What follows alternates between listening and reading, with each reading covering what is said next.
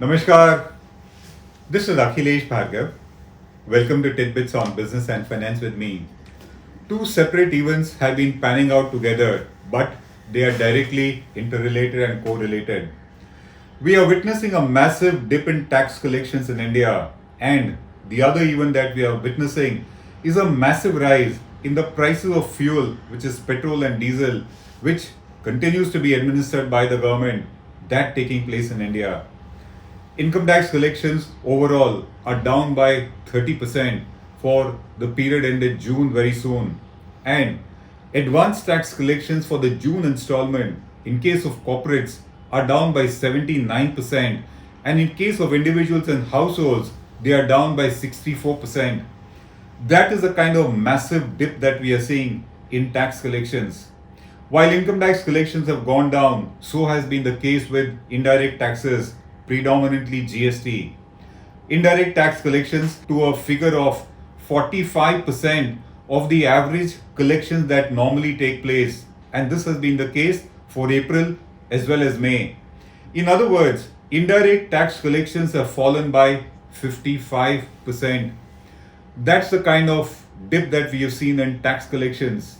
Lockdown has meant no activity, no sales, no income, no profit, and therefore no taxes being paid. Very ironically and interestingly, in the budget, the government had estimated that tax collections will go up by 13% in this financial year. Of course, at that point of time, while one was not aware that the corona crisis is going to cripple the economy, but even at that point of time, the economy had slowed down considerably, and that kind of a target was not feasible. But now, with corona having made the economy crisis ridden, certainly there cannot be this kind of a rise in tax collections in India in this financial year, neither in respect of direct taxes and not in respect of indirect taxes. With the lockdown continuing, with the lockdown not quite lifted, and with the economy still being closed, and it will be closed for some time further because we still do not know when is the COVID crisis going to disappear from India or when will it come in control. Thus, with the COVID crisis continuing, with the lockdown being as it is, you can expect that this situation of a grim dip in tax collections is going to certainly continue for the next coming quarters. There is expected to be no immediate uptick or no immediate relief in respect of tax collections in India. And then you have so many sectors which are witnessing a deep long-term crisis: tourism, real estate, travel, transportation, automobiles. So many of these sectors are witnessing a deep long-term crisis. In fact, it has been pointed out by Sri Guru Murthy that India is now going to witness an era of expenditure or spending which is going to be need-based and not aspiration-based, which means many sectors are continuing to witness a downfall in their revenues, in their fortunes. And with that, tax collections are not going to go up. In order to offset this position, in order to compensate the government for its dip in tax collections, there has of course been a massive compensating increase in fuel prices that we have been seeing. Fuel prices of petrol and diesel have gone up for the 11th consecutive day today. Petrol price went up by 55 paise a litre, diesel prices went up by 60 paise a litre, such that because of this consistent continuous increase in prices, the prices of oil and diesel have gone up by an average of about 6 rupees plus per litre in the last 11 days alone. And this has taken place at a time when international oil prices are at some of their near lows, or rather all-time lows at times. We Indians thus face a situation where prices of diesel and petrol have become prohibitively expensive. They are at their highest in recent times, at a time when international oil prices are at their lowest in decades. We are facing a situation where tax collections have fallen at a time when the treasury was actually almost empty. By March, the Indian economy had come to a near standstill, and that was pre-corona. The economy was slowing down quarter after quarter for 7 consecutive quarters, and we were already in shambles as far as our treasury is concerned in March itself. And then came the lockdown, then came corona, came a situation where economic activity has been locked, it has been closed, and thus the situation has only aggravated further as far as the government revenue collections is concerned. There is going to be no immediate respite in this, as we are saying. For the coming quarters, the situation is not going to improve. What does this massive dip in the government's revenue mean for us, mean for the economy, means for the recovery of the economy?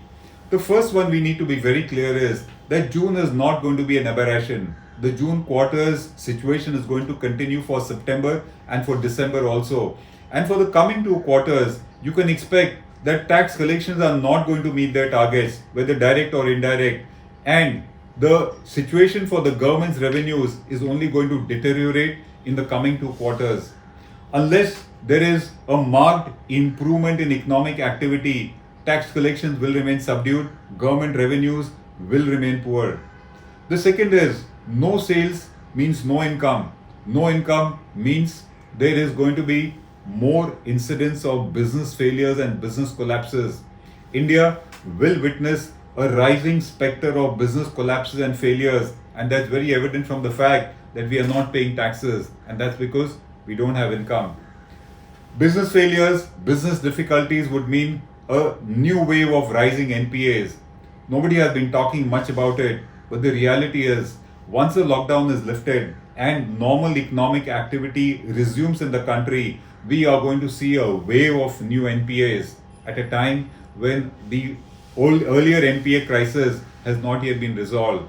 Thus, the falling tax collections also foretell a rising wave in NPAs because of business failures, because of businesses collapsing. Because the government doesn't have money, because the government can't spend, because the government is not able to pump prime and adequate fiscal stimulus, recovery post-COVID is going to be difficult, it is going to be slow. That also is very clear from the empty government treasury. The government's fiscal deficit is going to rise substantially. The budget had said that the government's fiscal deficit in this financial year is going to be 3.5% of GDP. Standard & Poor in their recent estimate says that India's fiscal deficit in this financial year is going to rise to 11% of GDP, the highest that we have seen in recent times. The budget provisions or the budget estimates are going to be rendered infructuous, which is very clear. The government will have to heavily borrow in order to meet the expenditure pressures. The government will need to be more efficient in spending. The government will need to be pruning in unwanted revenue expenditure in particular. And the government will need to ensure that it finds different and more sources for collecting money, for collecting revenues, for improving its collections. It's a difficult time. We cannot suggest that the government will need to ensure that disinvestment targets are met or privatization takes place. But what we can see is, in order to fund its expenditure, the government will certainly need to borrow heavily. The government will certainly need to monetize its fiscal deficit. The government will need to ensure that money is pumped into the system, perhaps by way of a quantitative easing, the way it has taken place abroad. And all that is very clear from the fact that tax collections have fallen sharply. This is a time when money was needed the most in the government coffers, and it is missing at this point of time.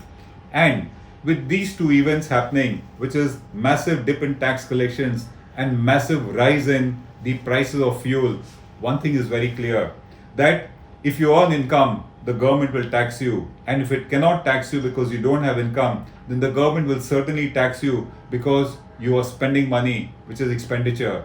Here, the government is resorting to compensate its dip in tax collections by increasing fuel prices. And fuel consumption has gone up. It had dipped sharply in April and May, but recent reports say that fuel consumption is back to 85% of what it was in the pre-corona time. And that means the government will be able to compensate itself substantially by taxing us and charging heavy prices for diesel and petrol. This is Akhilesh Bhargav signing off till we meet again. Namaskar.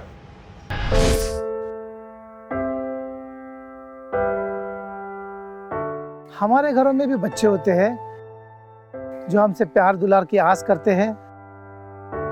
हमारा भी जीवन साथी है जिसको हमारे duty से घर आने का इंतजार होता है। हमारे घर में भी एक बूढ़ी माँ है जिनके लिए आज भी हम ही आंखों के तारे हैं। लेकिन हम हमारे घरों में नहीं हैं। आपकी सुरक्षा में कोई कसर न रहे, इसलिए हम अपने प्रियजनों से दूर हैं। हम में से ही कुछ तो अब इतने दूर जा चुके हैं कि वो वापस अपने घरों को लौट भी नहीं पाएंगे।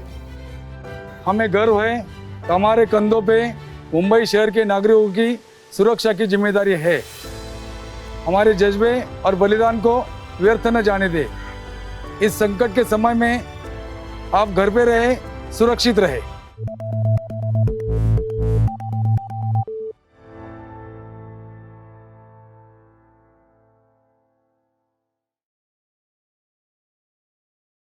Now be the first to know about the latest updates on our new news app. Go on your Android or iOS, search for HW News Network.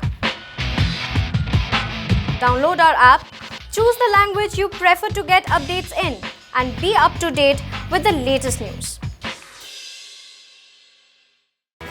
If you like this video, please share it, and we would love to hear your comments in the comments section down here. Also, please do like our Facebook page and follow us on Twitter to get minute-to-minute news updates. For more such shows and videos, well, subscribe to our YouTube channel.